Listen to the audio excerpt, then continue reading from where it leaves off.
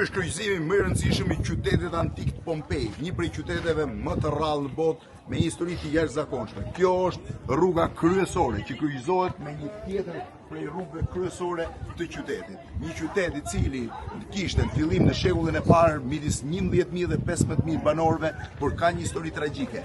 Në mesnatën e 24 gushtit të vitit 79 pas erës së re, nga mali i Vezuvit që ndodhet në këtë drejtim shpërtheu një vulkan mjaft agresiv, i cili arriti në pak minuta të mbuloj me lavë, me gur, me hi vulkanik për një lartësie 6 metra të gjithë qytetin.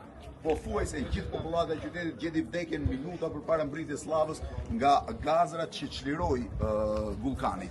Por në rreth vitit 1600 deri në vitin 1740, gjuetarët e thesarëve arritën të kërkonin duke pasur idenë një qyteti të varrosur në lavën vulkanike dhe ata zbuluan qytetin antik Pompei, që prej asaj kohe ai është hapur, sot është një park arkeologjik me 150 hektar, nga cilat 50 janë vizitueshme, 60 janë të hapura dhe është një prej sajteve më të vizituara të globit.